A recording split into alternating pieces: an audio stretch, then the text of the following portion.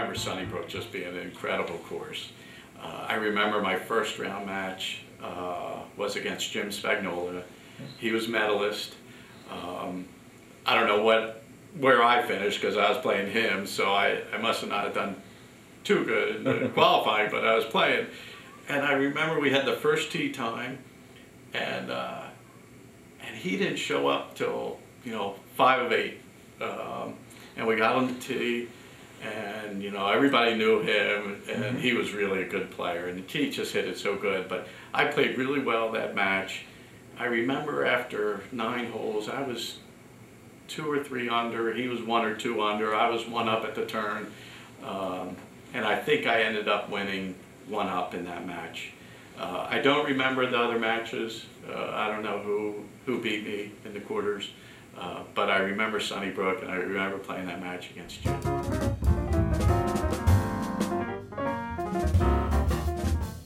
He lived right up the street from me. He was playing. We were both winning as we went along. We were both in the same bracket. We were driving up together each day. Well, don't you know, for the quarters, that Friday morning or Thursday morning, we have to play each other. So our deal was we'll drive up together. Whoever gets beat caddies for the other guy in the afternoon. And he came down to pick me up, and I had my bag and my golf clothes on. He said, "Don't you have any other clothes for this afternoon?" And I said, "No, do you?" And he said, "Yeah, I brought some shorts." So we played it. We had a good match. I think it went to 17 or 18, and I won. Maybe 6 or 8 months I worked for Precision Shaft in Kennett Square, and they were the innovators of frequency match shafts. And I ended up going with another guy. They had a tour band, and we went out and went down to Florida and went to 6 tournaments. The Players Championship was one, Doral, New Orleans. We went to Bay Hill. I met Arnold Palmer, which was really cool, and it was really fun. I worked in the van.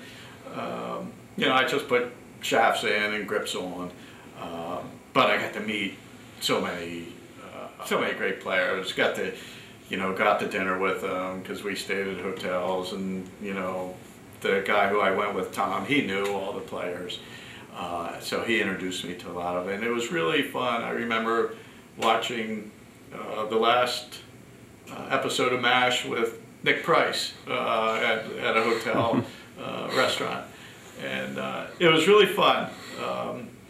It was Tom Jenkins gave me a set of irons while we were out there. He was testing different irons, and we kind of became friends, and he was down to McGregor's and something else, and he took something else and gave me his McGregor's, and it was really neat.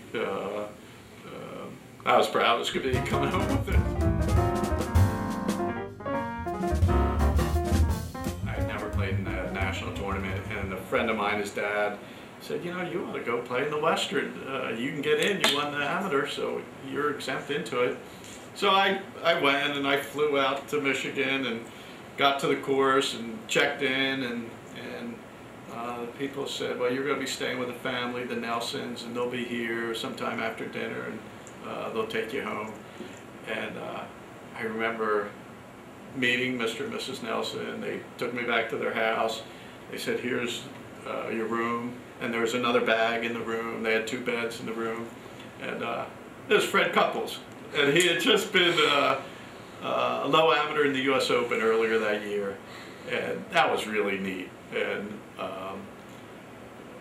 after I missed the cut, I stayed and watched Fred play.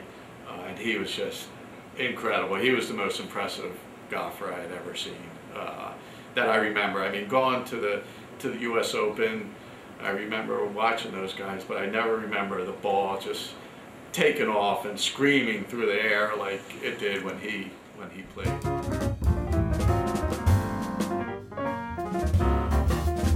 Scott Verplank was the best player in the country. I guess he had already won the Western as an amateur. and I played really well. I got paired with him the third round in the last group. I remember birdieing 1 and 2 to go from 1 behind to 1 ahead. We ended up that round tied, and the last round got paired, he and I and Jay Siegel, and it was just incredible. You know, those two guys and me.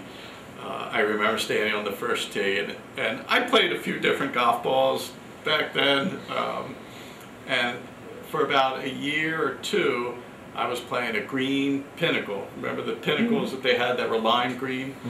And I remember standing on the first tee, the last round, and with Jay and Scott, and they brought their ball out, you know, and Scott said, I'm playing a black Titleist 1, and Jay said, I'm playing a black Titleist 2, and I said, well, I'm playing a green pinnacle 1, but I have it marked on the side.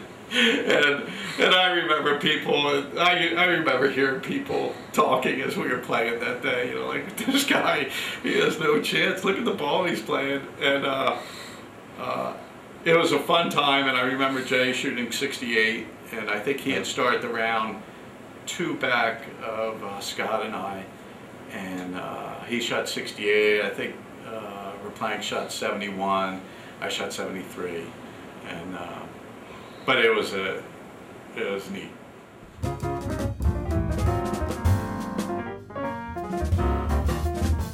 That was at Manufacturers, right, which became one of my favorite courses because I played well there. And I remember being 5 under through 12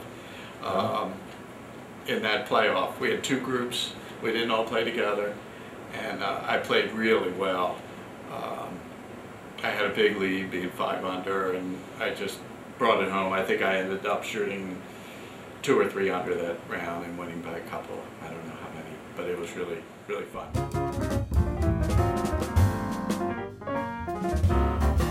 There, and you know how golf, things always change, and this was a perfect example. I was playing Mike Brown, not the Mike Brown that's playing in all the events now, but the Mike Brown, I guess, is my age. We were playing 18 at Waynesboro. The match was tied.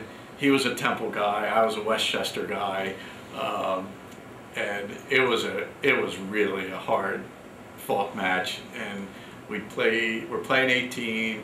I think I hit my tee shot in a fairway bunker and had to lay up short of the green. He had a really good drive, knocked it on the green. The pin was up front. He hit it past the pin, and 18 at Waynesboro really slopes from back to front. So he was on into probably 25 feet above the hole. I hit my wedge third shot over the green into the rough, line 3. I had the same shot except I was chipping it straight down the hill, and I hit the sand wedge that got on the green, rolled down, rolled down, rolled down, and went in for birdie. And then Mike had this impossible putt straight downhill, and he hit it like 10 feet by, and he missed it coming back. And I won that match 1-up, but what a reversal. I'm sure he remembers that too, but it was one of those, you know, you just remember holes that you play, and matches you play. I played a good first round. I don't know if I was leading, tied for a lead, you know, 1 back or something, but I knew with a good second round I would have a chance, and I was playing the second round. I played the back 9 first, didn't play very well, got around to the front 9, and I was over par for the day, and I hit it close on 5, let me see, close on 5 and made birdie, and then 7 made birdie. I'd like to say I birdied 8, but I'm not sure if I did, and then got to 9, and I had about an 8-footer for birdie, and I remember somebody coming up or saying you need par to win, and I made it, and it turns out I needed birdie to win.